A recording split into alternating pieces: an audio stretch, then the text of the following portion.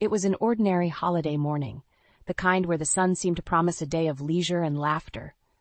I was in the hallway, coaxing my son Aaron to hurry up for his baseball game, when the world as I knew it shattered.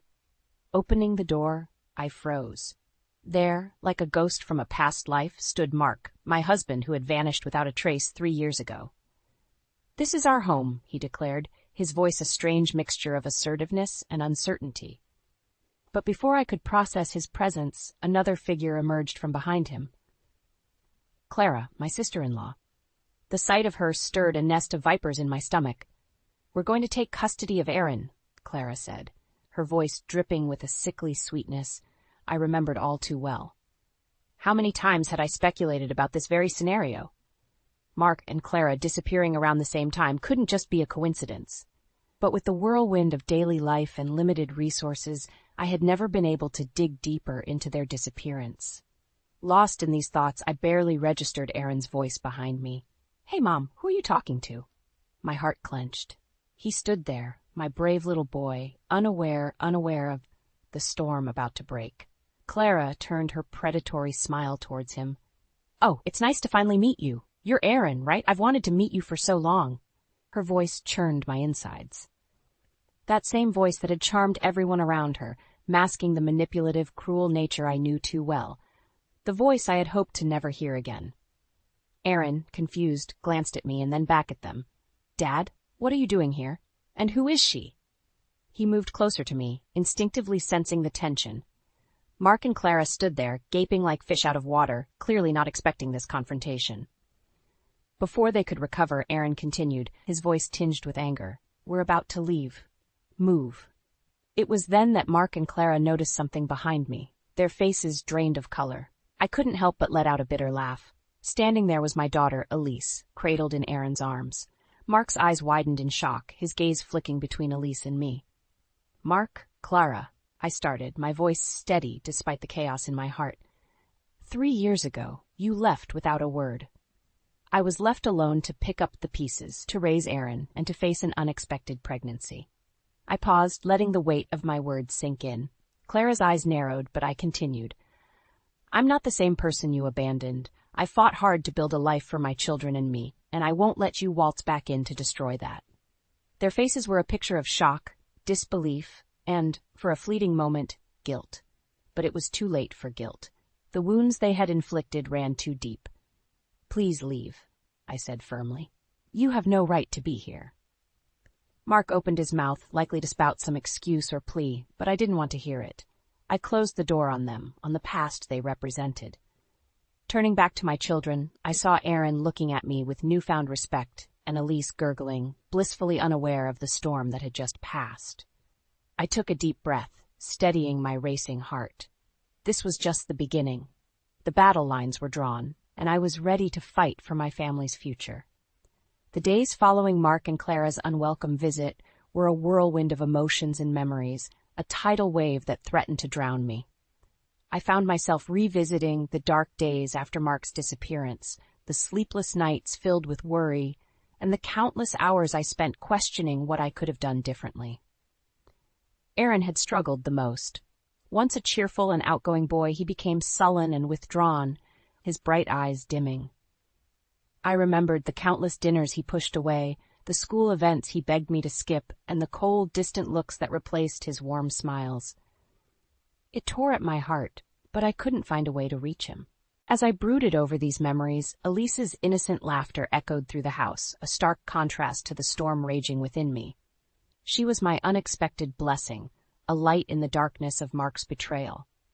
Her birth had been a turning point for me, a moment of profound strength and vulnerability. One evening, as I tucked Aaron into bed, he turned to me with serious eyes. "Mom, why did Dad leave us? Did we do something wrong?" His question hit me like a physical blow. "No, honey, you did nothing wrong. Sometimes adults make choices that don't make sense, and it's not because of anything you did." "But why did he come back? And with Aunt Clara?"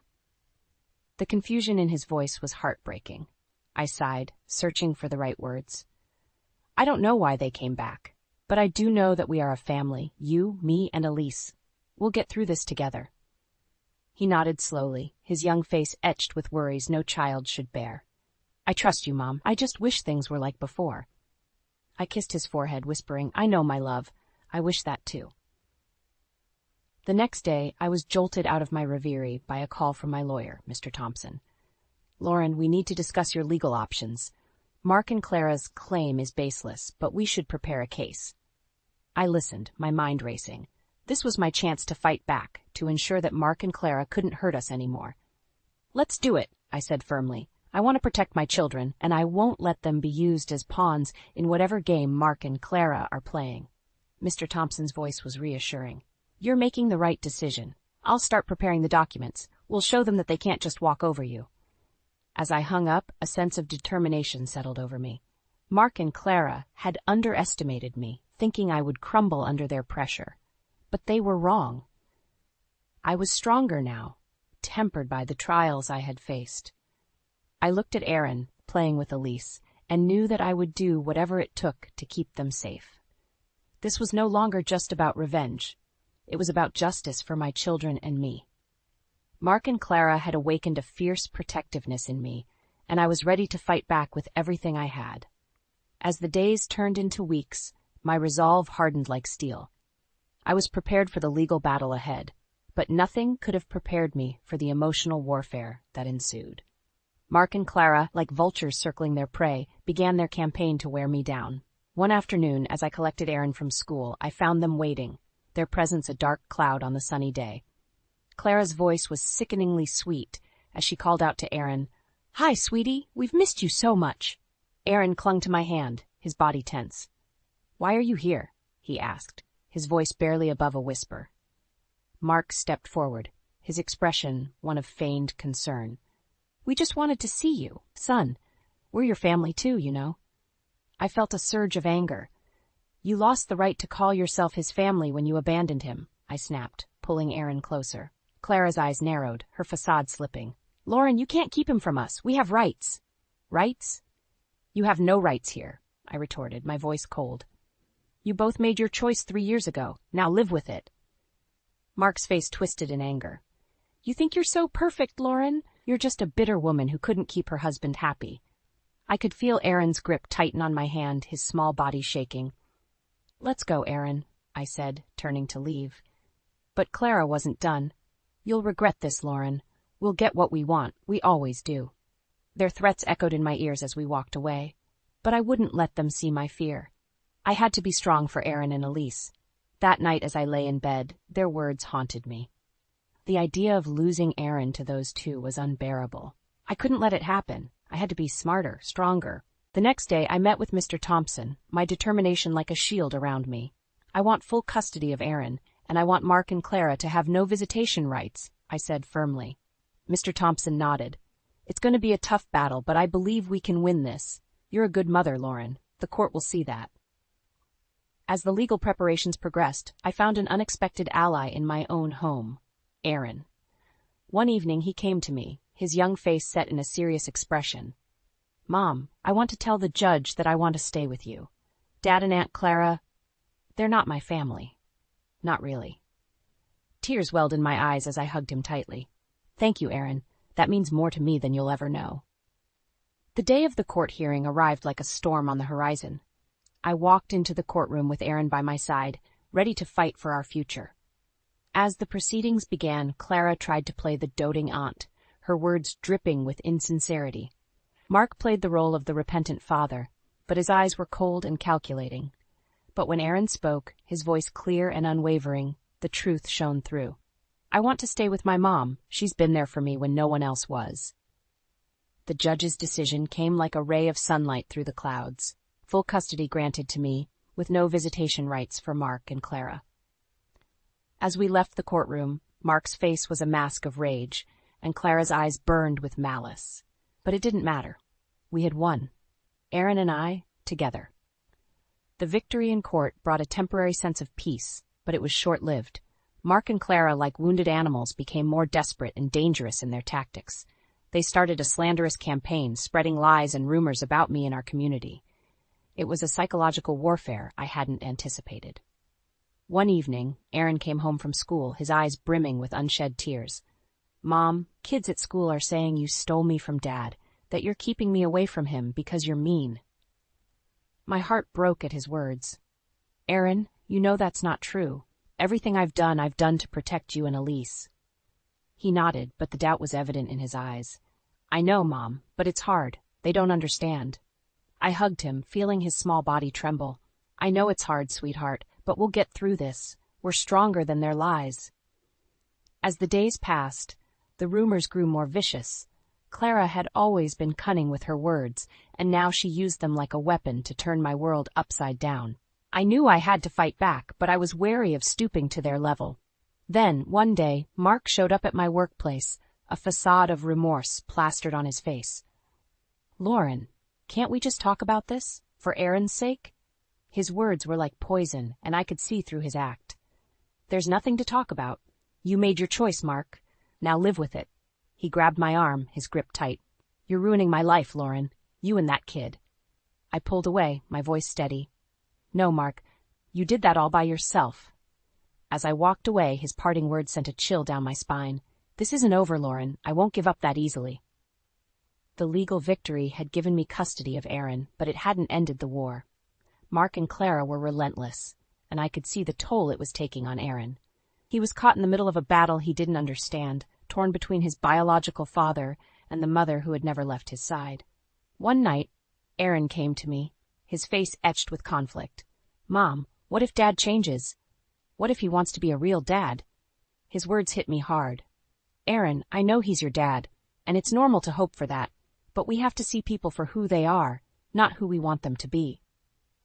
Aaron was silent for a moment, then looked up at me, his eyes clear.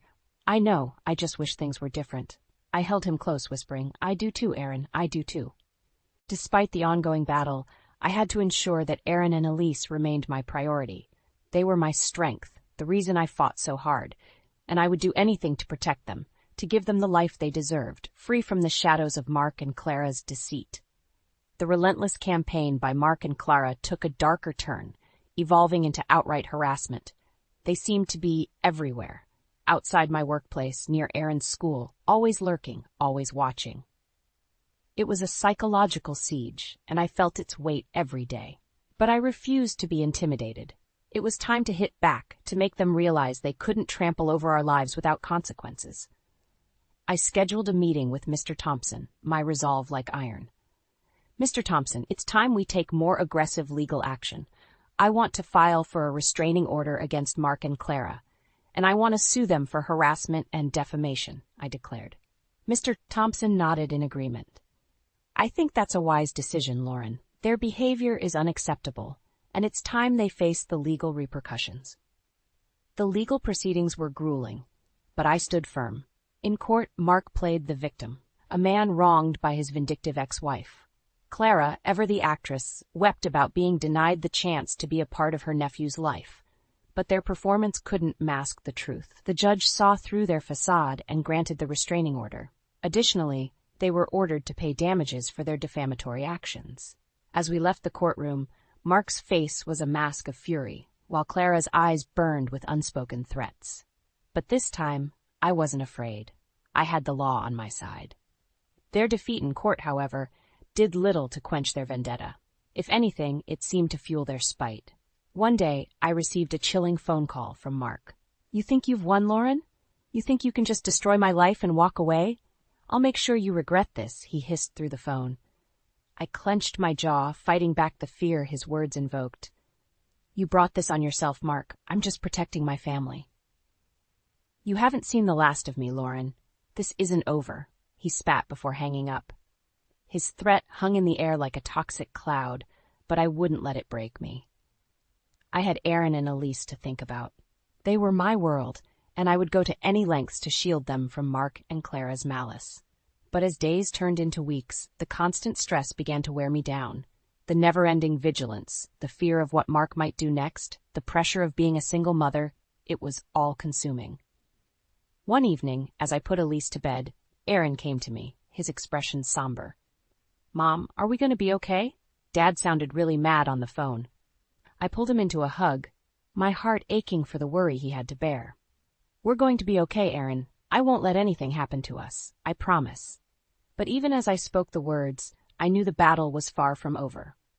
Mark and Clara were like a storm on the horizon, and I needed to be ready for whatever they threw our way. The weeks following the court ruling were a tense and watchful time. Mark and Clara, now bound by the restraining order, had receded into the shadows, but their silence was more unnerving than their threats. I knew this lull was just the calm before another storm. Then it happened. Clara, in a move of sheer desperation, orchestrated a public scene. I was picking up groceries when she appeared out of nowhere, screaming accusations. "You're a monster, Lauren! You've torn our family apart!" Clara wailed, drawing the attention of bystanders. I stood my ground, my voice steady. "Clara, you need to leave. You're violating the restraining order." Her face twisted in rage. "I don't care. The world needs to see what kind of person you really are." But her theatrics backfired. The store manager, recognizing the disturbance, called the police. As they escorted a hysterical Clara away, her image of the wronged aunt crumbled. This public meltdown was the final straw. The police charged Clara with violating the restraining order and public disturbance. Mark, too, faced consequences. His involvement in the harassment and defamation, now fully exposed, led to his arrest. As I watched them being taken away, a part of me felt a pang of pity. They had descended into their own hell, a pit they had dug with their lies and hatred. But this feeling was quickly overshadowed by a sense of justice. They were finally facing the consequences of their actions. In the aftermath, the community's perception shifted. The truth about Mark and Clara's deceit and manipulation became apparent. People who had once whispered behind my back now offered their apologies and support. Aaron, witnessing the downfall of his father and aunt, had mixed emotions. "Mom, is it wrong to feel happy about Dad and Aunt Clara getting arrested?" I took his hand, understanding his inner turmoil. "It's okay to feel relieved, Aaron. They hurt us a lot. It's okay to want justice for that." The battle that had consumed our lives for months finally seemed to be over. Mark and Clara, once towering figures of intimidation, were now diminished, their power to harm us stripped away. As I tucked Aaron and Elise into bed that night, a sense of peace settled over me. We had weathered the storm and emerged stronger. I knew there would be challenges ahead, but for the first time in a long while I felt hopeful about the future. With Mark and Clara's legal retribution, a heavy burden lifted from our shoulders. The days seemed brighter, and our home was filled with laughter once again. Aaron's smile returned, and Elise's innocent giggles were a balm to our scarred hearts. The community's support was overwhelming. Apologies turned into offers of help, and slowly the rumors and whispers faded away. We were rebuilding our lives, piece by piece. But the true testament to our newfound peace came on my birthday. Aaron, now more mature and thoughtful, had a surprise for me. He approached with a shy smile, a small gift in his hand. "Happy birthday, Mom. I made this at school for you," he said, handing me a beautifully crafted photo frame. It held a picture of the three of us, smiling and happy. Tears welled up in my eyes as I hugged him. "Thank you, Aaron. This is the best gift I could ever ask for." Later that day, as we celebrated with a small party, our little family felt whole again. Friends and neighbors joined in, their presence a symbol of the life we had reclaimed. During the party, a new face appeared. It was Tom, a kind and understanding man I had met through my work. His support during our trials had been unwavering, and his presence now felt like a promise of new beginnings. "Happy birthday, Lauren. I hope this year brings you all the happiness you deserve," Tom said, his eyes warm and sincere. I smiled, feeling a spark of something new, something hopeful. "Thank you, Tom. It's already off to a great start." As the party wound down, Aaron came up to me, a serious look on his face. "Mom, I've been thinking, maybe it's okay to start new things, to be happy again." I knelt down to meet his gaze. "It's more than okay, Aaron. We've been through a lot, and we deserve to be happy." He nodded, a small smile gracing his lips. "I like Tom. He's nice. And I think he makes you happy." I hugged him, my heart full. "He does, Aaron, and I'm glad you like him." That night, as I put Aaron and Elise to bed, I felt a sense of contentment I hadn't known in years. We had faced our demons and emerged victorious. Our future was ours to shape, and it looked bright and full of promise. Life had thrown us into turbulent waters, but we had learned to navigate the storm. Now it was time to enjoy the calm, to embrace the new dawn that awaited us.